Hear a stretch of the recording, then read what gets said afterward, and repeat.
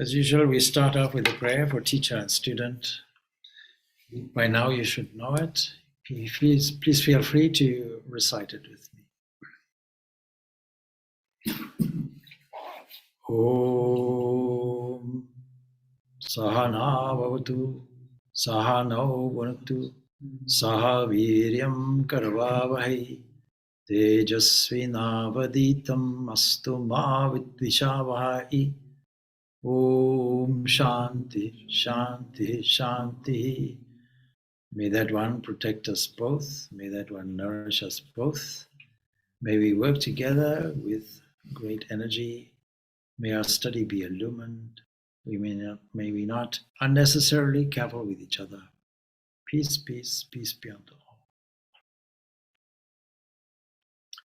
So it helps to find out in the study of science of religion, which is otherwise called Raja Yoga, which is what we're studying. Firstly, of course, we call it Raja Yoga. Raja means royal, because any process that says that our difficulty is psychological and our way out is psychological means that the mind is something like a supreme queen bee. Wherever the mind goes, everything else goes. And therefore, control of the mind really, psychic control really, is the essence of all religious endeavor. Even though you may think that religion might incorporate worship of God and all these other things, even that really is a way of rallying round the emotions toward the principles. And once we understand the principles, we have to understand them on the basis of other people's valid experience, inference, reasoning, and also, most importantly, our own experience, our direct experience. Swami Vivekananda, in his introduction to his Raja Yoga, says, in the first place, there's no mystery in what I teach. What little I know, I will tell you. So far as I can reason it out, I will do so. But as to what I do not know, I will simply tell you what the books say. Now, this is a wonderful, wonderful scientific statement, because it says in an area of metaphysics, in an area which is not directly to do with material sciences, then where are we, unless there's some kind of authoritative textbook? Authoritative textbook means is the record of people who have had some valid experience somewhere. But we don't leave it like that. We don't take it absolutely to be true.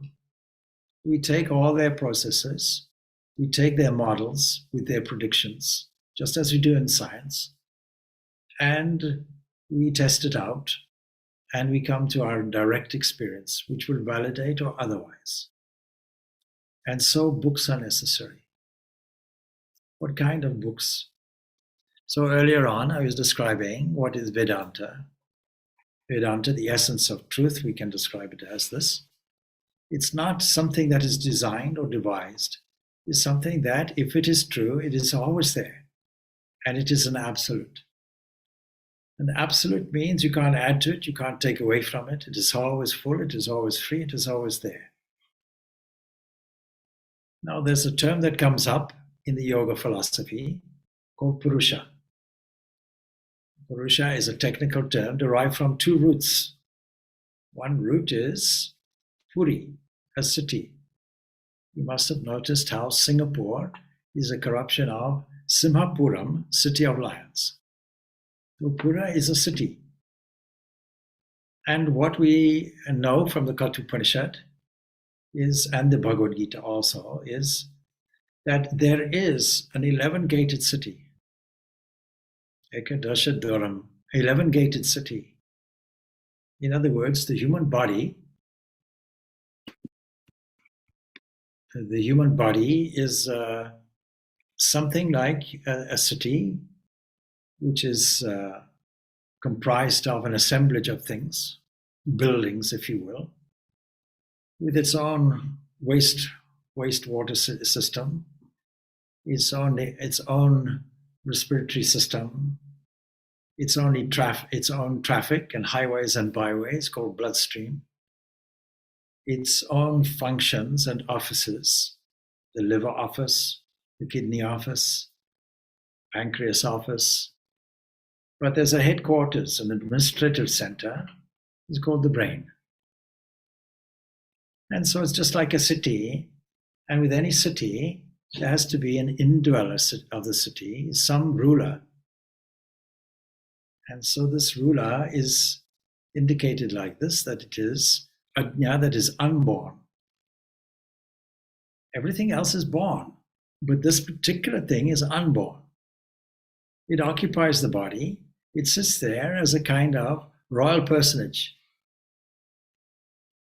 It doesn't come, it doesn't go, it has no characteristics, but by its presence, everything runs well. You have an example for it. Yes. If you're running a business and the business employs people and the owner goes away to Spain on holiday, then chances are people want to know when the owner's coming back, because in between the time the owner goes to Spain and comes back, everyone starts relaxing. Then when the owner comes back, there's a big panic. Oh, suddenly the offices get cleaned, or the backlog of filing takes place, and so on and so forth. All of these things. So supposing the owner of the city is always there constantly. Now supposing you think that this is not only unborn, but its consciousness is unflicking. That's the way it's described. Consciousness is unflickering. Like a candle, there's a candle burning here, but it will flicker. It will flicker because there are various forces acting on it, but there's nothing acting on this inner thing. It's shining, all other things shine. And so, lest you misunderstand that it is in some kind of cage, so that if it looks up, you'll see the epiglottis. Looks down, it'll see the hollow legs or something. Looks in one place, it'll see the liver. No. Looks in another place, it'll see the lungs inflating and deflating, the diaphragm muscle moving up and down. No. So Purusha is also comprised of this term Purna. Purna means fullness. It is full, it is free, it is everywhere present. And there's a peace chant on it that you know. Purnamadam, Purnamidam, Purnamaduchate, Purnasya, Purnamadaya, Purnamayavavashishyate. This is full and that is full. You can't add to it, you can't take away from it. So as I say often, in business circles, they talk about optimists and pessimists. A glass is half full, you're an optimist. Half empty, you're a pessimist. But this philosophy says, no, it's always full and overflowing. It was never half anything. It's always full and free. And therefore it cannot do anything. But it looks as if it does because its presence is reflected in the life. And so we use some convenience term. It seems to have forgotten its own nature. It seems to identify with all the objects. In other words, the objective world of people and places and events and scenes and time and space and causation and so on, and the body and the mind and all the rest of it. But actually it's not true. Its identification only lasts for a moment. But it itself is full and free. It's only covered. And without it, nothing else moves. So on the one hand, it's like trying to see the sun on an Irish day, and you can't because the clouds are in the way. All right, when the clouds move off, you'll see the sun. But the sun never did anything. It didn't peep out and say, oh, here I am. I wish it did. But anyway, it sits there, and the clouds move on. Yes. So it's a bit like if you're in a shed, and there's a hole in your roof, and the sun is shining, and you see a little spot on the floor. It's a reflection, no doubt, of the sun. It's not the sun itself. We not being able to see up because we're dimensionally deficient, we don't see the hole in the roof, we only see our little spot on the floor. Now, when this process of the science of religion, otherwise called meditation, is embarked on, the whole is made bigger. In other words, an opening is creating. An opening of consciousness is created. And this is progressive. And the more the whole opens, more and more and more and more, the more your little spot on the floor becomes bigger and bigger, until the whole thing is pure light and only Purusha remains. So the Sankhya and Yoga philosophies make this distinction. They make this distinction from Vedanta. They're generous enough to put the whole of existence under one roof, or one category, nature. They call it Prakriti. Don't forget you're part of it. Then you see, they say that there are many Purushas. But then the last chapter of Patanjali Yoga Sutras is Kaivalya, independence. It says we have the capacity to isolate, as it were, to get our freedom. It's not that we ever lost it. We never lost it. At a recent conference, you see, one person said, oh, you see, I'm still searching. Searching for what? You want to put it in religious language, I'm searching for God. I didn't know he was lost. I didn't see it in the lost and found. And then I was debating whether to tell a story, and because there are mixed nationalities, and many people here have heard the story, but I risked telling it again. So I told the people there who were mixed nationalities, I said, you see, I'm living in Ireland, and there, as you know, they're fond of drinking, and drinking and driving is a great risk. And there was one man who was drinking and driving, and so a car accident, and it cost him a lot of money, and he resolved, I will never drink and drive again. He tells all his relatives, he tells his family, this is finished, I'm no longer drinking and driving, I'll stop driving. So one day, anyway, having stopped driving, he's a little drunk, and he weaves his way through a street, and there on the corner is a preacher converting people. And he has a big tank there ready for people to be baptized. And he thinks, if I can take this man in this condition, and if I can dip his head in the water as a kind of baptism, and I ask, have you seen Jesus? Did you see Jesus? He'll say yes. He's in that state of mind. And that will convince all the others, and they'll all be converted. So he gets this man, and he takes him by the hair, and he puts him in the water. He says, do you want to see Jesus? Before he answers, his head is in the water. And then he comes out, the man's gasping, did you see Jesus? No. He puts his head back in. Now there's bubbles coming up and a little bit of thrashing going on, with the arms. He comes up, now did you see Jesus? No. Back in the water he goes, and he's really struggling. But the preacher now is angry, he's determined. My goodness, this time you're going to see Jesus. And he brings him out. He says, now did you see Jesus? And the man says, are you sure he fell in here?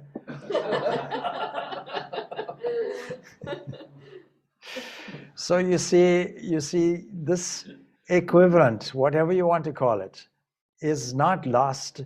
It's not in the lost and found region. It is always there. It's there for our discovery. And the science, therefore, is an uncovering, a discovery. But it's to do it in a scientific way. And that means we don't have any blind faith. And for that reason, Vivekananda continues. He says, it is wrong to believe blindly. You must exercise your own reason and judgment. You must practice and see whether these things happen or not. Just as you would take up any other science, exactly in the same manner, you should take up this science for study. There is neither mystery nor danger in it. So far it is true, it ought to be preached in the public streets in broad daylight. Any attempts to mystify these things is productive of great danger. Now, this is a very important thing, because in this area, there is a wealth of literature that is not authentic.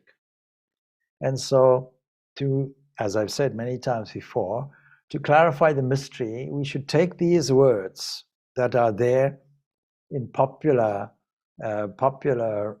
culture to do with spirituality and so on, and we should make a vernacular terminology. make a glossary of terms that uses the vernacular.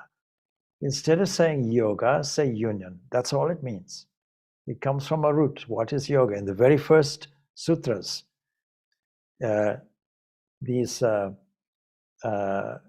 Patanjali states it, and it's commentated on and explained by the various prestigious commentators. And Vyasa is one, Valmiki gloss is another, and so on. Commentary on top of commentary. Because these are sutras. Sutra means a thread, just a bare minimum teaching. And the rest you have to figure out by yourself. How will you do it? You'll have to do it by a living book, some teacher who will expound on it. And the teacher will have to be a competent teacher. So don't say guru, say competent teacher. Don't say yoga, say union. Don't say meditation, say game of guiding thought, because that's how it is. So earlier on, what kind of meditation do you practice? Game of guiding thought, that's all. And what that means is it takes away the superstition. What is a superstition? Oh, I can't meditate. Why?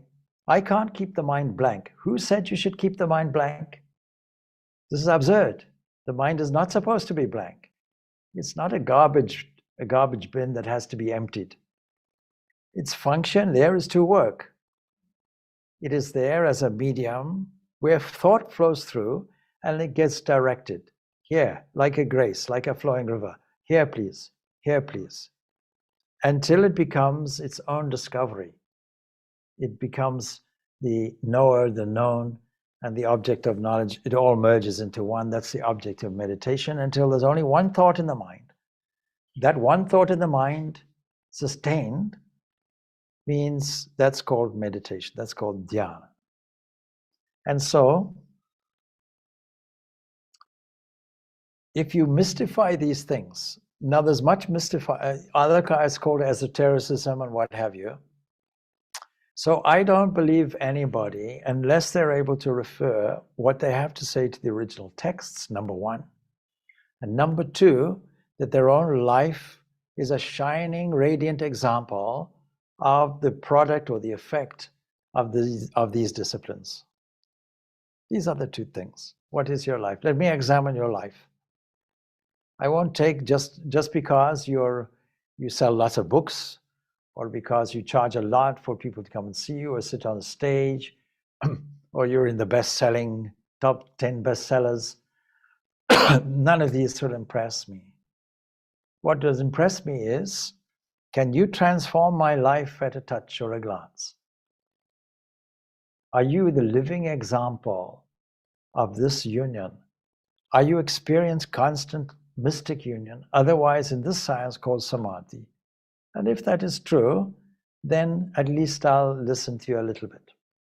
This is Swami Vivekananda's question to his master, Ramakrishna. Having gone through all the top so-called spiritual people in Calcutta, have you seen God, was his one question. That's all. And if a person says, not exactly, well, thank you very much, move on. He comes to Ramakrishna, have you seen God? Sir, have you seen God? And Ramakrishna laughs. He says, not only have I seen him, I see him now. I see him more real than you sitting there. And then he gives the important thing. And you also can do it. You also can do it. If one person can do it, everybody can do it. That's the point. So we have to be careful about what is authentic and what is not authentic. If you pick up a book, make sure there's a good bibliography.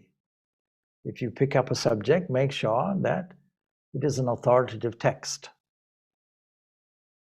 You don't do it in any other subject. In any other scientific subject, you don't just, or you do, some people do, you take some kind of popular science theory, which is not mainstream, and you study it, and you get the whole wrong understanding because you didn't get the data or you didn't get the scientific explanations from the scientists themselves. And now, even amongst science, there's a great deal of metaphysics, and that comes into the mainstream, and it's equivalent to the superstition. For example, there's an anthropic principle now, it's being called. You see, in order for us to be physically alive, organically alive, we require carbon. Where does carbon come from? See, carbon has to come from the belly of the stars. Now, there has to be a certain frequency for carbon to translate into organic life, that transition. So that the great scientist, Fred Hoyle, who had his own ideas, he was essentially an atheist to agnostic. He didn't like this Big Bang cosmology because it smacked of religious creationism. He preferred a steady state, and even later developed a quasi-steady state model when the steady state model could no longer work. Of course, the Big Bang doesn't work either, but leave it there. So, all right. Then he saw how this frequency he predicted. You see, if you do a test to see at a certain frequency, organic frequency, you should find traces of carbon. And there was a man, I think his name was Forrest, who worked in America, and he did this experiment thinking Hoyle was a little bit strange. And to his surprise, he got exactly the result. And Fred Hoyle had to admit, said, you see, there has to be something more than just life as we think, as an accident. There has to be some fine-tuning somewhere that we now call fine-tuning principle or anthropic principle. So because of the anthropic principle, it leads us to believe some kind of intelligence must be there. You know, if I think it was William James who said, if there's a God, he must be a mathematician. So precisely worked out with cosmological constants, so wonderfully worked out, and gravitational constants, all of these things, 22 or so of them, finely tuned. How to explain this? And so there's a many worlds, or multiverse, not many words, but multiverse. How do you find the exact factors here for life? That's easy. We'll invent many, many universes, and then it's a lottery, and we just happen to have won the lottery. Well, how will you find evidence for this? You can't. And so many prominent scientists now are putting their foot down and say, look, instead of going into this realm of fantasy and this hypothesis where we cannot prove anything, we've moved away from science, because science is about observational evidence, repeatability, predictability, and testability or falsifiability. And you can't do any of this. And yet, you ask anybody, oh, there must be a multiverse. It's come into popular culture now. See? And it's stated as if it's a fact. And the media have something to do with it because they're headline news. Oh, multiverse. Scientists now think there's a multiverse. Headlines. No, they hypothesize in order to solve a problem. That's all they do. But if you invent things, you can explain anything. But it's much better to get the facts. So even this area has its superstitious moments. And any attempt to mystify these things is productive of great danger. It applies in all areas. So we have to strip away esotericism. If it is true, shout it from the rooftops. Everybody should know it. There should be nothing hidden, nothing secret. There should be no fee you pay to discover the secret knowledge. So, before proceeding further, he says, I will tell you a little of the Sankhya philosophy upon which the whole of Raja Yoga is based. You see, it doesn't matter whether the whole of Vedanta, all the Vedanta schools, Sankhya, Yoga, all the 6 philosophies, they all have this in common. They all agree, not only with the Vedas, but they also use the Sankhya model of psychology and cosmology. So the genesis of perception is as follows. The affections of external objects are carried by the outer instruments to their respective brain centers. This is very important to understand how things work. we are registering things from the outside. We don't know what they are. We have 5 photographs of the world called the senses. This comes in and comes into the brain centers. The organs carry the affections to the mind. See, he's making a distinction, brain and mind. But let's not get into arguing about it. Both of them are material.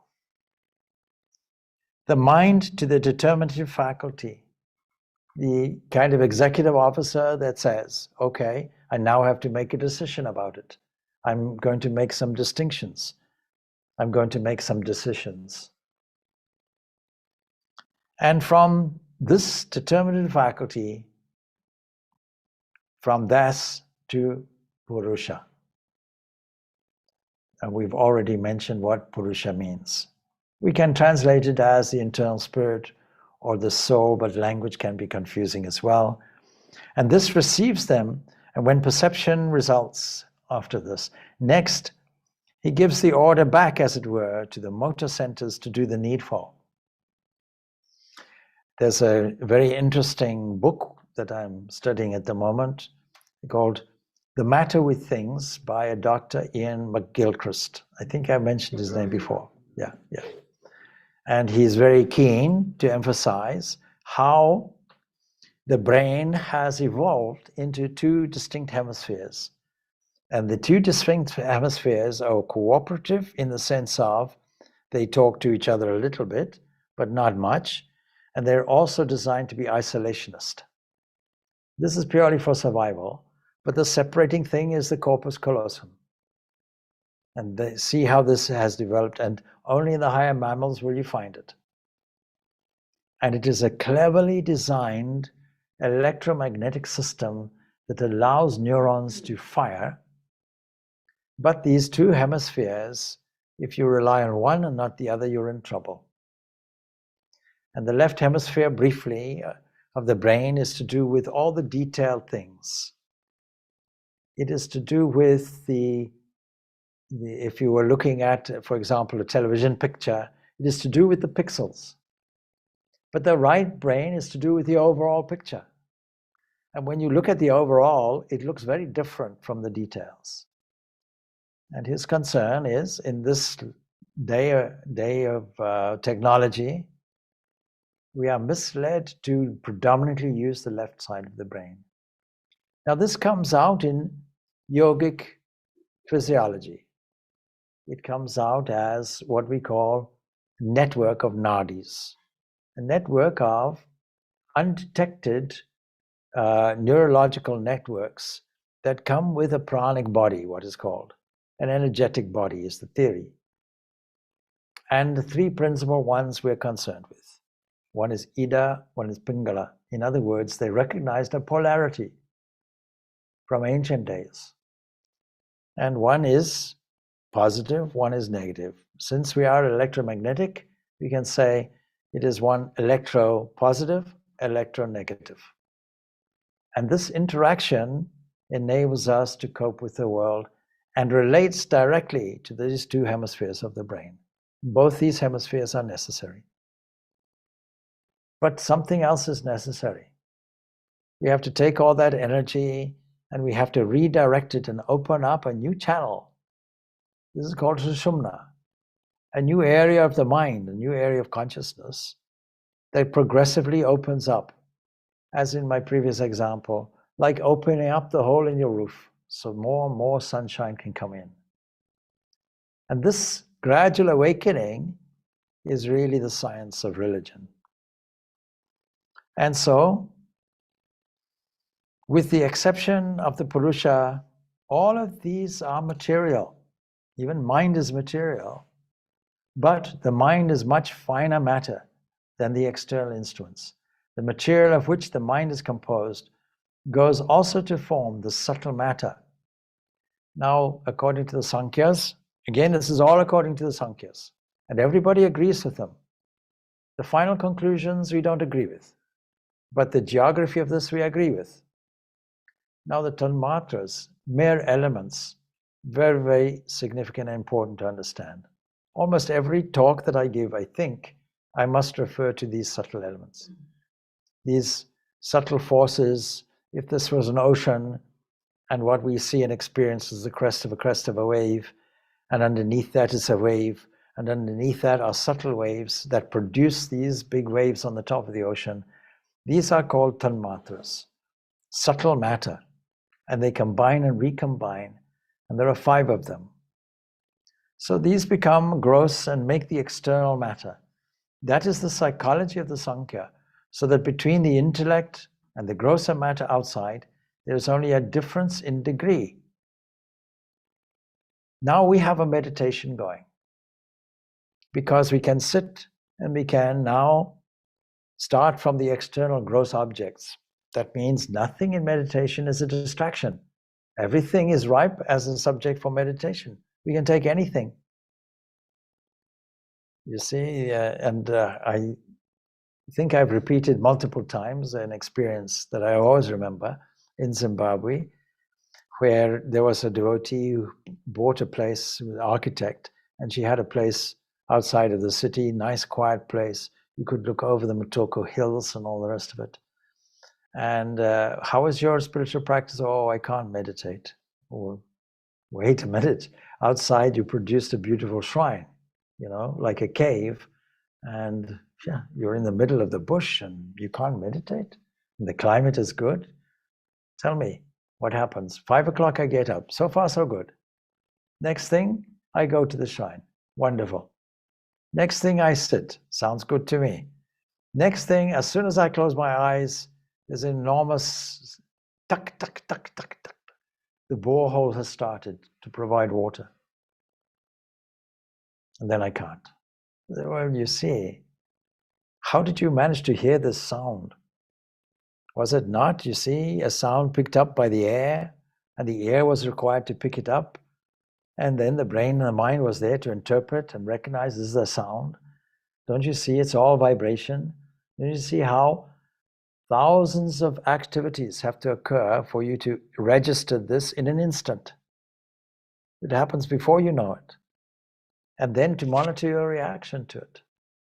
But all sound can be traced back, because the primordial tanmatra is akasha, and akasha is really that subtle element, that subtle force, from where all sound comes, and all ears to catch it. And where does that come from? It comes from one primordial sound, and we used it in the meditation. We call this Om, is the primordial sound. It's not exactly that, of course, to the ear of the yogi. This is how we think of it, in human conceptual terms. And so that sound of the borehole should set you on a kind of trail, an inverted trail, which then leads you to cosmic mind, and cosmic mind leads you to the infinite invisible. So these are steps that can be used on the way. We can take the gross form of it, it gets translated into the tanmatras. Tanmatras are combinations. You can go through each one, 5 of them, until you get to the unmanifest akasha. Also, unfortunately translated also as space. And then from there, what? You get there, the cosmic mind. That's it. That's all you want to go to. So the Purusha is the only thing which is immaterial. The mind is an instrument, as it were, in the hands of the soul, through which the soul catches external objects. The mind is constantly changing and vacillating, and can, when perfected, either attach itself to several organs, to one or to none. For instance, if I hear the clock with great attention, I will not perhaps see anything, although my eyes may be open, showing that the mind was not attached to the seeing organ, while it was to the hearing organ. When you hear something, the seeing fades in the distance. I give an exercise like that, you see. I ask people, close your eyes, okay, and pick up any sounds that you hear. Now, most people can pick up 3 to 5 sounds. Okay, did you hear them all simultaneously? No. When you heard one, the others faded. When you concentrate on the other one, when you heard the other one, all the others faded. If it isn't like this, our whole mind will be in a state of madness. But the attention can fix itself on one thing and then another thing and another thing. That's to our advantage. So, the perfected mind can be attached to all the organs simultaneously. It has the reflexive power of looking back into its own depths. The mind has this peculiar faculty of looking at the objects, shining its light on the objects, and at the same time, understanding the light inside, as it were. And this reflexive power is what the yogi wants to attain. By concentrating the powers of the mind and turning them inward, he seeks to know what is happening inside. You can see that the mind is like an instrument, antakarana, an internal instrument, is like a light, like a shining laser. And when it shines on the outside worlds, it catches those. And when it shines on the inside, it reveals the inside. And therefore, this is why it's called Raja Yoga. Because as I said at the beginning, it is all to do with psychology. It is all to do with the control of your mind. There is in this no question of mere belief. It is the analysis arrived at by certain philosophers. Modern physiologists tell us that the eyes are not the organ of vision, but the organ of vision, the organ is in one of the nerve centers of the brain. And so with all the senses, they also tell us that these centers are formed by the same material as the brain itself. The Sankhyas also tell us the same thing. The former is a statement on the physical side and the latter on the psychological side, yet both are the same. Our field of research lies beyond this. Very important. Our field of research lies beyond this. And so the yogi proposes to attain the fine state of perception in which he can perceive all the different mental states. There must be mental perception of all of them. One can perceive how the sensation is traveling, how the mind is receiving it, how it is going to the determinative faculty, and how this gives it to the Purusha. And as each science requires certain preparations and has its own method which must be followed before it could be understood, even so the Raja Yoga. So we have to acknowledge there is this process. The external events, things are picked up by the senses.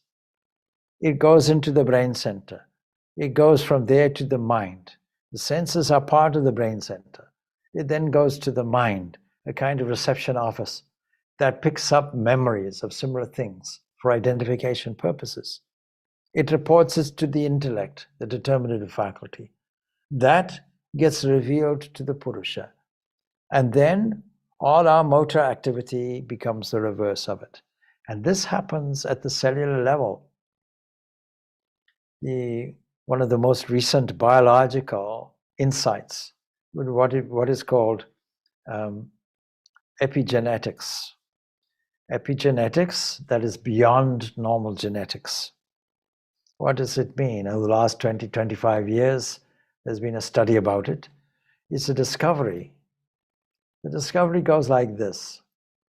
It used to be told that the whole intelligence within a cell, within the nucleus of a cell, is within a structure, a protein structure of DNA, deoxyribonucleic acid, with a number of letters, so to speak, a number of different genes that are combined and recombined in almost infinite varieties. It becomes an instruction to the rest of the body. And so it was a great surprise to see that actually the chromosomes and the number of proteins matching their production was very limited. It wasn't that many. There was a whole process to unravel the human genetic code. And it was discovered rice has much more genes than we do. it must be, by the old way of thinking, more intelligence. And it's not. Rice is rice, as far as I know. I never had a philosophical conversation with the rice. So, okay, what is behind it? You study the whole cell, and what comes to light is from physiology. It seems that there is no randomness that perpetuates. There is some randomness there, syncretization, which brings up the odd error, but there are enough fail-safe mechanisms to make the correction. And the whole of the cell does it. And the information comes from the skin of the cell called the membrane. That is where the intelligence is. And every membrane, that is every interaction with an environment, is from the outside. Now, same thing with the human body. The nose is on the outside. It's not on the inside. The eyes are on the, all the senses are on the outside. They're on the skin. And then the skin itself is a sense. And that picks up all the sensations from the outside. And a careful funneling, a careful deciphering mechanism presents what is wanted. And around the DNA is a structure which allows switch on and switch off of the DNA. DNA will never change, but it can be modified as don't do this, but do that. So the whole brain of the cell is the membrane. And it takes the whole cell to interact with itself. So you, instead of thinking that there is a nucleus of cell that is the boss, it's not like that at all. It's a manufacturer. It's an architect, no doubt. And all your future possibilities are contained within it. 100,000 coded messages, mostly unused. So how do we tap into our full potential? The yogi talks about a kind of entwined structure, a kind of potentiality coiled up that has to unfold. They call this a coiled thing, kundali.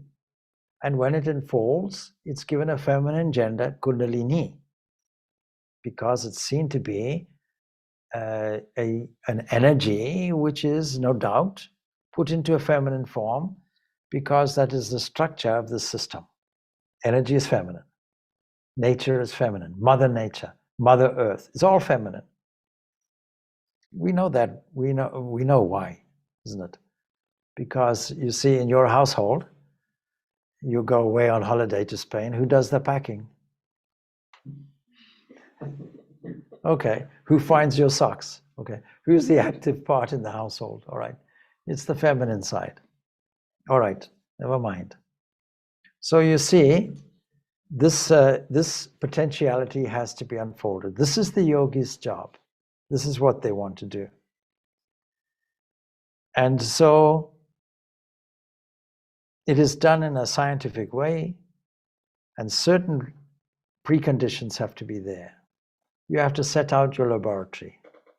Just like when you were painting the place here, you didn't just slap the paint on. You decided, no, holes have to be filled, and paint has to be mixed, and the protective coverings have to be put on the floor. And usually we get one thing out of the way. We paint ourselves first, get that out of the way, and then paint the walls. It's all right. So what are these preparatory things? Certain regulations as to food are necessary, he says. We must use that food which brings us the purest mind. Therefore, all the spirituality starts with food. Food, what kind of food are you eating? Now, the Bhagavad Gita also mentions this very briefly. It tells us about the sattvic food, the rajasic food, and tamasic food. Certain food is liked by the tamasic people. That is, people who have a kind of lazy nature, a kind of indolence. They are ignorant and they are happy to be ignorant. That's it. And then the rajasic type of people are people who are dynamically egocentric. looking after their own needs. The sattvic characteristic is, I don't want to look after myself. Complete selflessness is the nature of it. Truthfulness, selflessness. Yesterday we were celebrating the birth of Swami Vedanta, and he points this out. He says, it doesn't matter if you're a theist or an atheist. There are certain qualities you have to have. Truthfulness you have to have. Selflessness, unqualified love. He mentions a number of things, 4 things he mentions. Self-control and so on. All of these are necessary. And so this is the way, this is a kind of purification that is necessary. It's like if you're preparing to move into a new house, then you'll come in and you'll clean it. And so certain regulations as to food, because your body is yesterday's food. And so it starts off with that, sattvic food. That means that there's a certain emphasis on health. Now, one question I often ask the various yoga groups I go to, what has yoga to do with health and wellness, is a question I ask. And the reason I ask it is because most people say everything, because they're thinking of Hatha Yoga. And my reply to them is very little. It's got very little to do with health and wellness. But health and wellness is necessary, because if the body is not healthy, the mind will be upset. And if the mind is not, if the mind is perturbed, it'll reflect on the body. I didn't want to close the session without referring to the original question that came up here in house, and that is the 18th Sutra. It translates like this: the experienced is composed of elements and organs. This is something we have just covered in the introduction. Is of the nature of illumination, action, and inertia. These are the 3 gunas I mentioned. The nature of illumination, the nature of action, and the inertia. And is for the purpose of experience and release of the experiencer. But we mentioned that it is only convenience terms that we are using, because nothing is ever bound. But the gunas make us feel as if something is bound. And so the commentary will go like this. The experienced, that is nature, is composed of elements and organs. The elements, gross and fine, which compose the whole of nature, and the organs of the senses, mind, etc., and is of the nature of illumination, that is sattva, action, rajas, and inertia is tamas. What is the purpose of the whole of nature? That the Purusha may gain experience.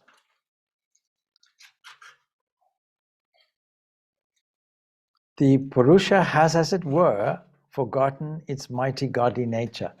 The language is very careful. The Purusha has, as it were. Because at the very beginning, I described the Purusha as always full and free. There's no diminishing of it, and there's no expansion of it. There is a story that the king of the gods, Indra, once became a pig wallowing in mire. He had a she pig and a lot of baby pigs and was very happy.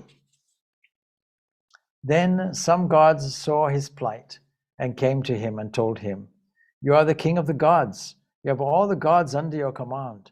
Why are you here?" But Indra said, "Never mind, I'm all right here. I don't care for heaven, while I have this sow and these little pigs." The poor gods were at their wits' end, and after a time they decided to slay all the pigs, one after another. And when all of them were dead, Indra began to weep and mourn. Then the gods ripped his pig body open, and he came out of it, and began to laugh when he realized what a hideous dream he had had. He, the king of the gods, to have become a pig, and to think that pig life was the only life. Not only so, but to have wanted the whole universe to come into the pig life. The Purusha, when it identifies itself with nature, forgets, as it were, is my intervention, that it is pure and infinite. The Purusha does not love, it is love itself. It doesn't exist, it is existence itself. It has no qualities. It is that itself. The soul does not know, it is knowledge itself. It's a mistake to say the soul loves, exists, or knows. Love, existence, and knowledge are not the qualities of the Purusha. They are its essence. When they get reflected upon something, you may call them the qualities of that something. They are not the qualities, but the essence of the Purusha. The great Atman, the infinite being, without birth or death, established in its own glory, it appears to have become so degenerate that if you approach to tell it, you are not a pig, it begins to squeal and bite. Of course, we understand that this is what is the spell of Maya, or under the delusion of Maya, the dream of the world, as it were. And so this is the understanding that it is not the soul that is affected or that affects. I know that theologically, particularly when I was small, a religious teacher told me, you see, if you pull the student next door, pull their hair or something, there'll be a black, like an ink spot will come onto your soul. And if you murder somebody, then it'll all just be black. And so you don't want that, you know. So it's a kind of childish portrayal of what is there. The real soul, the real inner entity, man in depth, doesn't affect and cannot be affected. So what are these preparations? Let us go back to that. We mentioned food. Is there any other condition? He says, if you go into a menagerie, you'll find this demonstrated at once. You see the elephants, huge animals, but calm and gentle. And if you go towards the cages of the lions and tigers, you will find them restless, showing how much difference has been made by food. All the forces that are working in this body have been produced out of food. We see that every day. If you begin to fast, first your body will get weak. The physical forces will suffer. Then after a few days, the mental forces will suffer also. First, memory will fail. Then comes a point when you are not able to think, much less to pursue any course of reasoning. We have therefore to take care what sort of food we eat at the beginning, and when we have got strength enough, when our practice is well advanced, we need not be so careful in this respect. While the plant is growing, it must be hedged round, lest it be injured. But when it becomes a tree, the hedges are taken away. It is strong enough to withstand all assaults. And then finally, he ends his introduction by saying this: the yogi must avoid the two extremes of luxury and austerity. He must not fast nor torture his flesh. This was Buddha's discovery, the middle way. He who does so, says the Gita, cannot be a yogi. He who fasts, he who keeps awake, he who sleeps much, he who works too much, he who does no work, none of these can be a yogi. This is what we call work-life balance, is my word for it. Coming back to the question of food. So I'm now going to make a personal comment, but backed by some scientific experimentation. Long, long ago, and I think it was in Stanford University, they made an experiment. They took two rats in two cages, and separate cages, and one set of rats they fed cereal food. The other one, they fed the cereal food with butcher's blood mixed in. They wanted to know, actually, the effect of slaughtered animals' increased production of uric acid and stress hormones. Does it produce stress in the eater? And they passed an electric shock through the cages. And the one set of rats they shook themselves and got on with life. They just had the cereal food. The others that had the butcher's blood mixed in fought to the death, not one alive. Now, to extrapolate that to humans, well, our cellular composition, our genetic composition is not dissimilar to that of rats. That's why they experiment on rats. So the speculation, the inference is that the stress hormones that are contained in the meat and butcher's blood and all the rest of it, in the juice of the meat and so on, will create stress in the human body. And uric acid, of course, will create the effects of uric acid, such as gout and so on. Now, this is a controversial point of view, because there are people who will defend all sides of the argument. But there is a very good reason why monks in every religious system either reduce or eliminate animal flesh completely from their diet. And without mentioning it directly, Swami Vivekananda simply says, there is an elephant, large, huge. It can crush you with 1 foot. And what does it eat? And it is comparatively passive when you compare it to a lion or a tiger in a cage. The lions and the tigers, of course, he doesn't mention it. These are carnivores. Their teeth and digestive system are designed to rip flesh and munch bones. But the elephant lives on leaves and so on. Now, it's difficult to compare digestive systems all around, but what he's saying is, you see, it is the food that comes out in one's animal behavior. In any event, in today, particularly today, where processed foods are largely contain salt and sugar and various processed ingredients which are not typically good for the human body and produce many diseases, then you see, what has this got to do with the subject of Raja Yoga and meditation? Well, if that comes out as diabetes or arthritis or whatever it is, then when you sit, you'll be meditating on your arthritic knee. And this will be a great, great diversion. So there is an element of keeping the body healthy. Then coming back to the question, what has yoga to do with health and wellness? Very little, but it is necessary to keep the body as an instrument healthy and necessary to keep the mind healthy. We largely do it by cleaning. And so the whole process, particularly in niyama, the second step which is there in the process of meditation, the purification of the mind and body is necessary as a component in this yoga, as a preparatory system. And this is what Swami Vivekananda is referring to. So we leave it there at 9 o'clock. Om Shanti, Shanti, Shanti. Peace, peace, peace be unto all. Thank you.